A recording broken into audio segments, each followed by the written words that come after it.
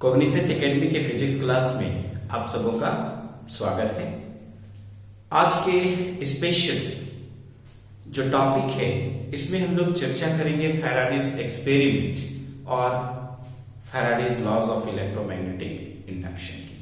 लेकिन इससे पहले कि हम लोग इस टॉपिक को स्टार्ट करें, आपको मैं एक खास इंस्ट्रक्शन देना चाहता हूं, क्योंकि आपकी एग्जामिनेशन जो है वो काफी करीब है और जब एग्जामिनेशन करीब है तो आपको अपना फोकस जो है उसको किस तरह से आप बेहतर करेंगे, इसके लिए हम लोग थोड़ा सा डिस्कस करेंगे। जिंदगी में आपको कुछ बदलाव करने होते हैं। क्या करने होते हैं? बदलाव। और अगर ये बदलाव बिल्कुल सही समय पे किए जाए तो ये आपकी जिंदगी में ये जो चेंजेस हैं अगर सही समय पे किए जाएं तो ये चेंजेस जो है आपके लाइफ में बहुत बड़ा फर्क पैदा कर देते हैं। कैसे? तो अगर आप देखो आपके एग्जामिनेशन में बस 2-2.5 महीने जो हैं वो आपके बचे हुए हैं। इन 2-2.5 महीने या उससे भी कम समय में हम लोग कैसे अपने आप को इनहांस कर सके, हमारे अंदर जो पोटेंशियल है उस पोटेंशियल को कैसे प्लेटफॉर्म दें, इसके लिए हम लोगों को अपनी जो शैली है, अपना जो ट्रेंड है उसको चेंज करना पड़ेगा। आप क्या करते हो? पढ़ने के लिए बैठे और थोड़ा सा ड्यूरेशन पढ़ने के बाद जो है आपका ब्रेक हो जा रहा है। अगर आप वीडियो को ही अगर आप देख रहे हो तो वीडियो को पूरा कंप्लीटली देख नहीं रहे हो तो फिर फायदा नहीं है। तो आइए हम लोग अपनी जो सोच है उसको थोड़ा सकारात्मक करें। अगर कुछ टॉपिक को हम लोग देख रहे हैं तो उस टॉपिक को पूरा कंप्लीट देखें। अगर कंप्लीट नहीं देखेंगे तो अधूरा रहेगा और अधूरा रहने से आपको कोई बेनिफिट जो है उससे नहीं होने वाला है। तो आपको क्या करना है? कुछ बदलाव करना है। जैसे कि जब भी आप किसी टॉपिक को पढ़ने के लिए बैठे, आप समझो कि यही हमारा सारा जहां है। इसको एनी हाउ जब तक ये हमारा कंप्लीट नहीं होता, ये टॉपिक हमारा क्लियर नहीं होता है, तब तक हम यहां से नहीं उठेंगे, हमारा कोई ब्रेक नहीं होगा। तो ये बदलाव जो है आपको पहले करना है। इसी बदलाव के बारे में हम लोग बात कर रहे थे। आपको अपनी शैली चेंज करनी होगी, आपको अपना ढर्रा चेंज करना होगा कि कैसे हम लोग इस मिनिमम समय में, जब हमारे पास समय जो है काफी लिमिटेड बचा हुआ है, तो कैसे हम अपने आप को बेहतर कर सके। तो 2-3 चीजों को काफी ध्यान देने की जरूरत होती है यहाँ पर। पहले कि आपको एकदम से डिसिप्लिन रहना होगा। दैट मीन्स कि अगर आप सुबह में मॉर्निंग में 3 बजे उठ के अगर कुछ टॉपिक को क्लियर करना है 5 बजे तक, तो उसको एनी हाउ करना है। 3 बजे उठना है, दैट मीन्स उठना है और बैठ के पढ़ना है, लेट के नहीं पढ़ना है। इसको आपको ध्यान 24 आवर्स जो है इसमें कैसे आप इन 24 आवर्स को मैक्सिमम यूटिलाइज करोगे, इसको भी आपको ध्यान देने की जरूरत है। राइट? तो आप मैक्सिमम यूटिलाइजेशन ऑफ टाइम जो है उस पर कंसंट्रेट करिए। एक दिन में ज्यादा से ज्यादा टॉपिक क्लियर करने पर अपने आप को ढालिए, उस ठर्रे में ढालिए। ठीक है? तो यहां पर आइए अब हम लोग अपना टॉपिक शुरू करते हैं। आज का टॉपिक हमारा है फैराडेज एक्सपेरिमेंट। हम लोग देखेंगे कि फैराडे ने किस एक्सपेरिमेंट के जरिए Faraday's laws of electromagnetic induction को देखा। क्या था एक्सपेरिमेंट में? पहले हम लोग उस एक्सपेरिमेंट को समझेंगे एंड देन आफ्टर उसी एक्सपेरिमेंट के बेसिस पर हम लोग Faraday's laws of electromagnetic induction को कवर करेंगे। राइट? तो Faraday's completed his experiment by taking a circular coil. Faraday ने अपने एक्सपेरिमेंट को कंप्लीट किया। कैसे? तो एक सर्कुलर कॉइल लिया। यहां पर उन्होंने क्या किया? एक सेंसिटिव गैल्वेनोमीटर लिया है। यहां पर आप देख रहे हो एक सेंसिटिव गैल्वेनोमीटर है और यहां पर हम लोग देख रहे हैं कि एक बार मैग्नेट है। एक बार मैग्नेट है और जैसा कि आपको मालूम है कि बार मैग्नेट में एक नॉर्थ पोल होता है और दूसरा साउथ पोल होता है। तो यहां पर देखिए पहला जो एक्सपेरिमेंट है फैराडे का, उसने क्या किया? Faraday completed his experiment by taking a circular coil. एक सर्कुलर कॉइल लिया। एक सेंसिटिव गैल्वेनोमीटर काम कर रहा है, बहुत ही सेंसिटिव है, अच्छे तरीके से काम कर रहा है, किसी भी तरह का उसमें डिफॉल्ट नहीं है। अब यहां पे देखिए आपका एक बार मैग्नेट है। पहला केस में या पहले एक्सपेरिमेंट में इन्होंने क्या किया कि ये जो नॉर्थ पोल है उसको अलोंग द एक्सिस इस centre of the circular coil की तरफ मूव किया। तो उन्होंने देखा कि ये गैल्वेनोमीटर में डिफ्लेक्शन हो रहा है, यहां पर इलेक्ट्रिक करंट जो है वो डेवलप हो रहा है और उस इलेक्ट्रिक करंट का डायरेक्शन क्या है इसको उन्होंने नोट डाउन किया। उन्होंने देखा when the north pole of a bar magnet is moving towards the axis of the circular coil and induced EMF is to be developed and the direction of induced electric current is in anti-clockwise। जो direction of induce electric current हुआ वह कैसा हो गया, anti clockwise. तो यहां पर ये जो north pole of the bar magnet है, अगर उसको हम लोग सर्कुलर कॉइल की तरफ मूव कर रहे हैं तो यहां पर जो इंड्यूस्ड इलेक्ट्रिक करंट डेवलप हो रहा है उस इंड्यूस्ड इलेक्ट्रिक करंट का जो डायरेक्शन है वह कैसा है, एंटी क्लॉकवाइज। अगर आप ये जो बार मैग्नेट है उसको अगर आप रेस्ट में रखते हो, स्टेशनरी रखते हो और अगर इस सर्कुलर कॉइल को अगर आप नॉर्थ पोल की तरफ लेके आ रहे हो तब भी उस वहां पर हम लोग देखते हैं एक इंड्यूस्ड इलेक्ट्रिक करंट डेवलप होगा और उसका डायरेक्शन जो है वो एंटी क्लॉकवाइज होगा। अगर दोनों को एक दूसरे की तरफ मूव कर रहे हो यानी कि सर्कुलर कॉइल को भी इधर मूव कर रहे हो, नॉर्थ पोल को भी इधर मूव कर रहे हो, तब भी हम लोग देखते हैं वहां पर इंड्यूस्ड इलेक्ट्रिक करंट डेवलप होगा और डायरेक्शन जो है इंड्यूस्ड इलेक्ट्रिक करंट का एंटी क्लॉकवाइज होगा। राइट, अब देखिए दूसरा जो एक्सपेरिमेंट होगा, दूसरा एक्सपेरिमेंट, इसमें क्या है, ठीक इसी तरह से एक सर्कुलर कॉइल लिया गया और यहां पर उसको एक सेंसिटिव गैल्वेनोमीटर के साथ जोड़ा जा रहा है एंड देन आफ्टर यहां पर जिस north pole of the bar magnet को towards the axis of the circular coil लेके आया गया था उसे अगर हम लोग यहां से दूर लेके जाते हैं तो when the north pole of a bar magnet is moving away to the circular coil, अगर इस सर्कुलर कॉइल से इस north pole of the bar magnet को दूर लेके जाते हैं then again induced EMF is to be developed और जब भी induced EMF डेवलप होगा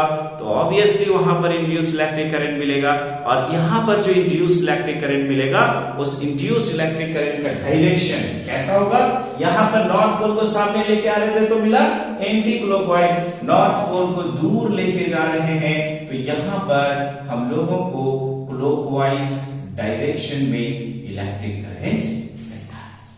ठीक है, अब यहां पे देखेंगे नेक्स्ट थर्ड वन जो है, अगर इसकी अगर हम लोग बात करते हैं, एक सर्कुलर कॉइल है, यहां पर जो है इसको हम लोग किसके साथ जोड़ दिए, एक सेंसिटिव गैल्वेनोमीटर के साथ जोड़ दिए एंड देन आफ्टर जो है हम लोग क्या देख रहे हैं कि अब नॉर्थ पोल को सामने लेके आया, नॉर्थ पोल को दूर लेके गया, अब हम लोग इसको चेंज कर देते हैं।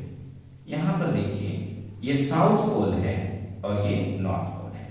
अभी साउथ पोल को हम लोग सर्कुलर कॉइल की तरफ लेके आते हैं तो south pole of the bar magnet को अगर towards the axis of the circular coil लेके आते हैं तो उस परिस्थिति में यहां पर क्या होगा, नॉर्थ पोल को सामने लेके आ रहे थे तो एंटी क्लॉकवाइज, तो साउथ पोल को सामने लेके आएंगे तो कैसा होगा, यहां पर क्लॉकवाइज डायरेक्शन में इंड्यूस्ड इलेक्ट्रिक करंट जो है वो हम लोगों का डेवलप होगा।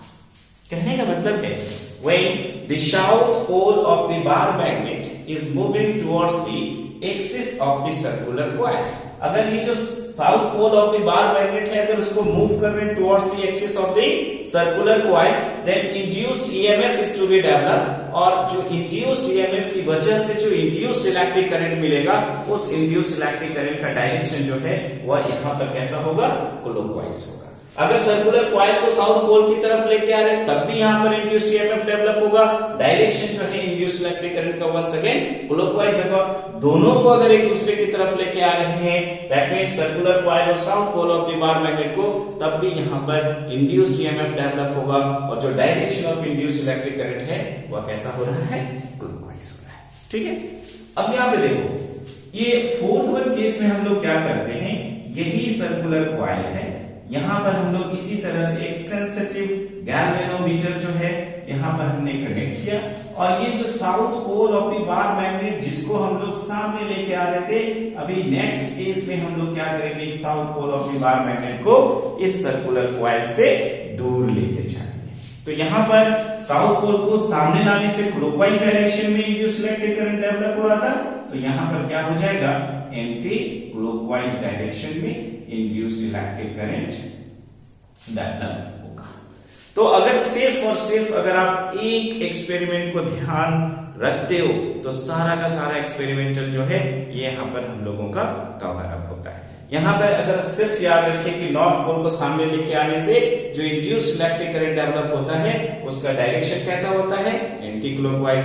अगर नॉर्थ पोल को दूर लेके जाएंगे तो जस्ट रिवर्स, क्लॉकवाइज डायरेक्शन में इंड्यूस्ड इलेक्ट्रिक करंट डेवलप होगा।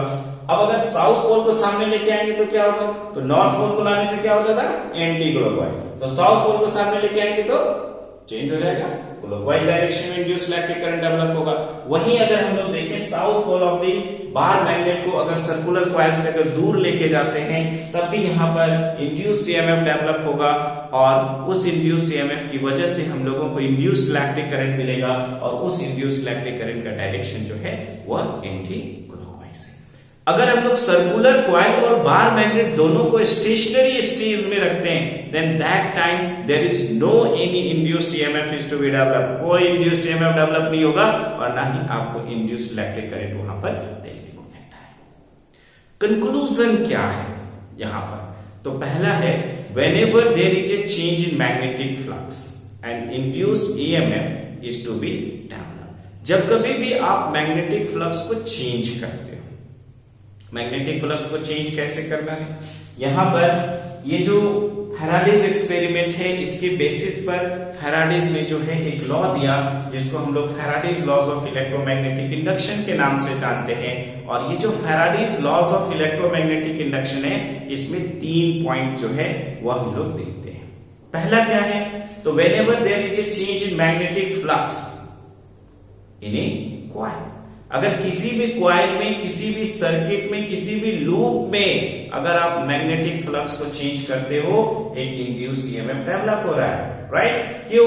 क्योंकि whenever there is relative motion between the circular coil and the bar magnet, जब सर्कुलर कॉइल और बार मैग्नेट के बीच में रिलेटिव मोशन है, दोनों के बीच में जो है, ठीक है, मोशन हो रहा है, तभी जाके इंड्यूस्ड ईएमएफ डेवलप हो रहा है, स्टेशनरी स्टेज में नहीं हो रहा है। और जब मोशन में है, कहने का मतलब है कि वहां पर मैग्नेटिक फ्लक्स चेंज हो रहा है। तो पहला जो Faraday's laws of electromagnetic induction का पॉइंट होगा, वह पहला पॉइंट जो है वह क्या है, तो whenever there is a change in magnetic flux and induced EMF is to be developed. Magnetic flux को चेंज करेंगे, इंड्यूस्ड ईएमएफ डेवलप होगा।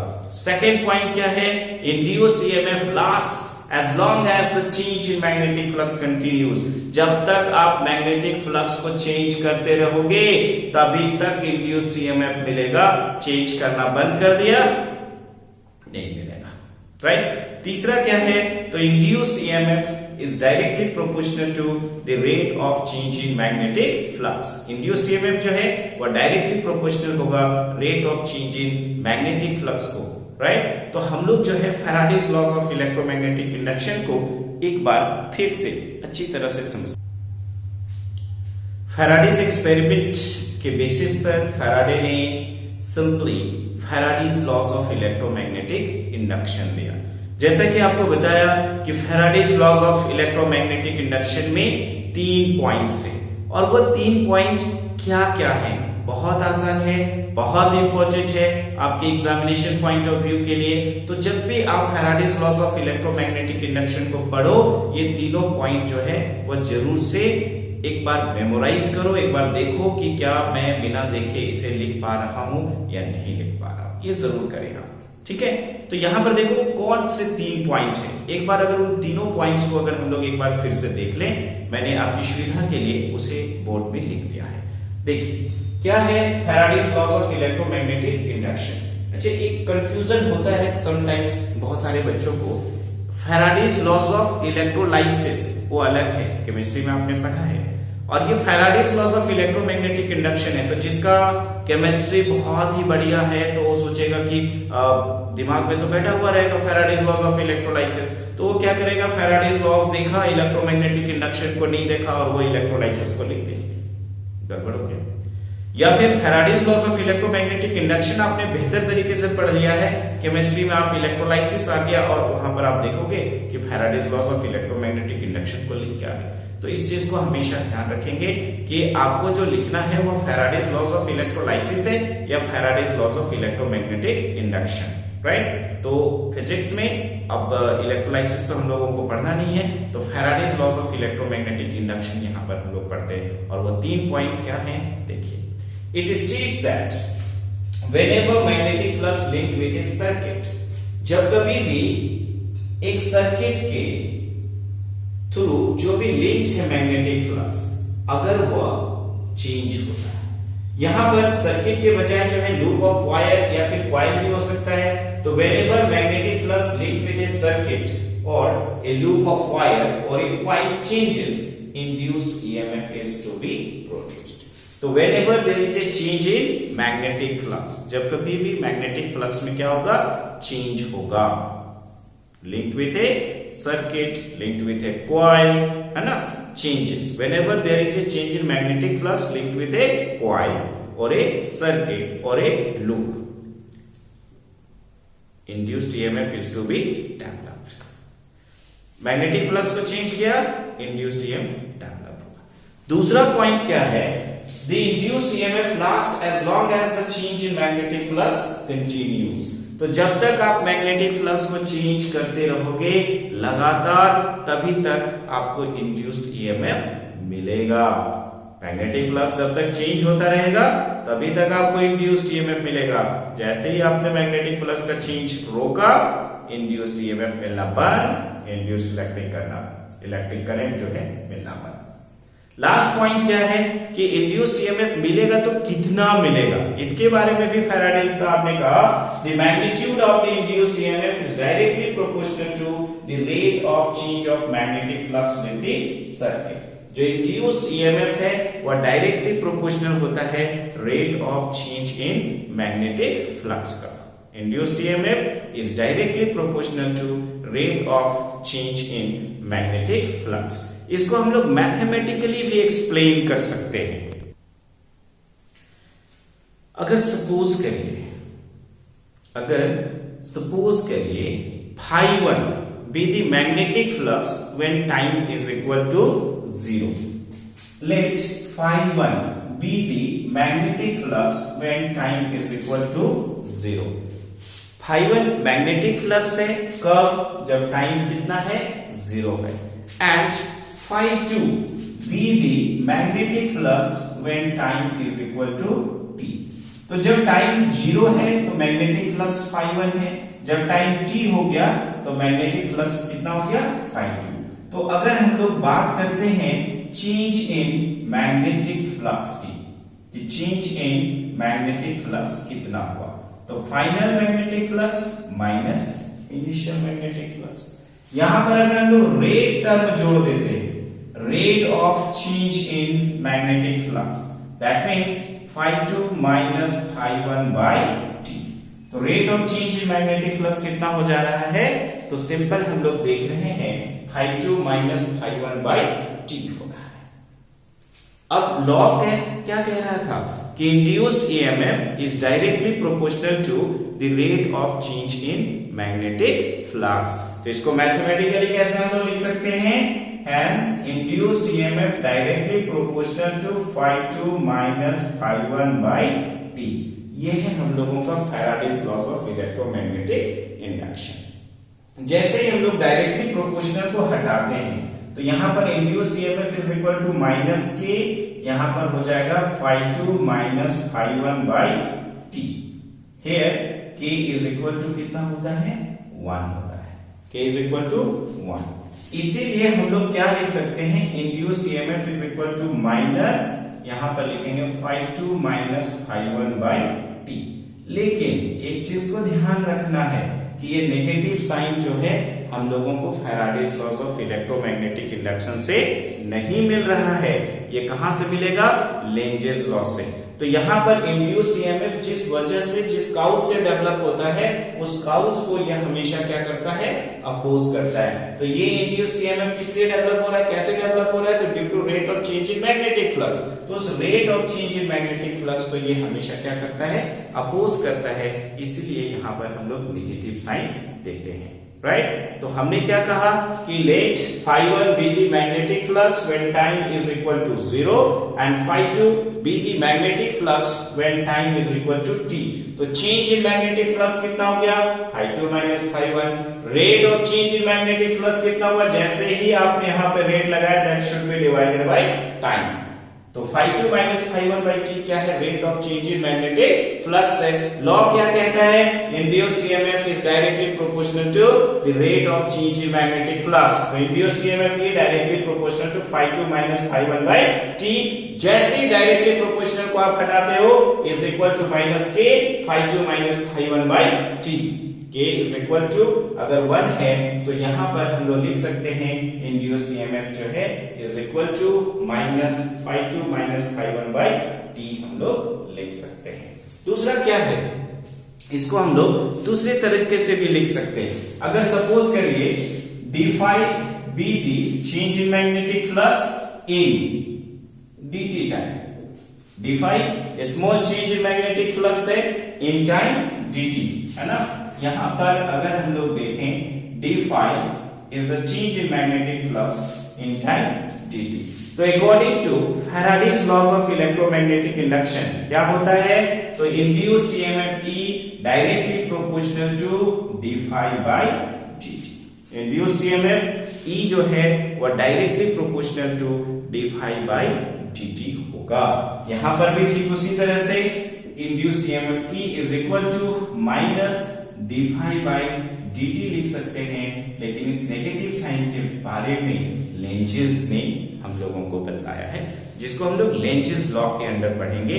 हमारा जो नेक्स्ट वीडियो होगा इस चैप्टर का वह होगा लेंजेस लॉ, जिसमें हम लोग डायरेक्शन ऑफ इंड्यूस्ड ईएमएफ और इंड्यूस्ड इलेक्ट्रिक करंट के बारे में जानेंगे। तो Faraday's laws of electromagnetic induction में 3 point, whenever there is a change in magnetic flux linked with a coil and induced EMF is to be developed। दूसरा, the induced EMF lasts as long as the change in magnetic flux continues। और तीसरा क्या है? तो induced EMF is directly proportional to the rate of change in magnetic flux। rate of change in magnetic flux। तो इस video में हम लोग देखेंगे इतना ही, लेकिन एक चीज आपको हमेशा याद रखना है, और वह क्या है कि आपको अपने जीवन में अगर बहुत बड़ा अगर कुछ अचीवमेंट चाहिए तो आपको उस अचीवमेंट के अकॉर्डिंगली अपने आप को ढालना पड़ेगा।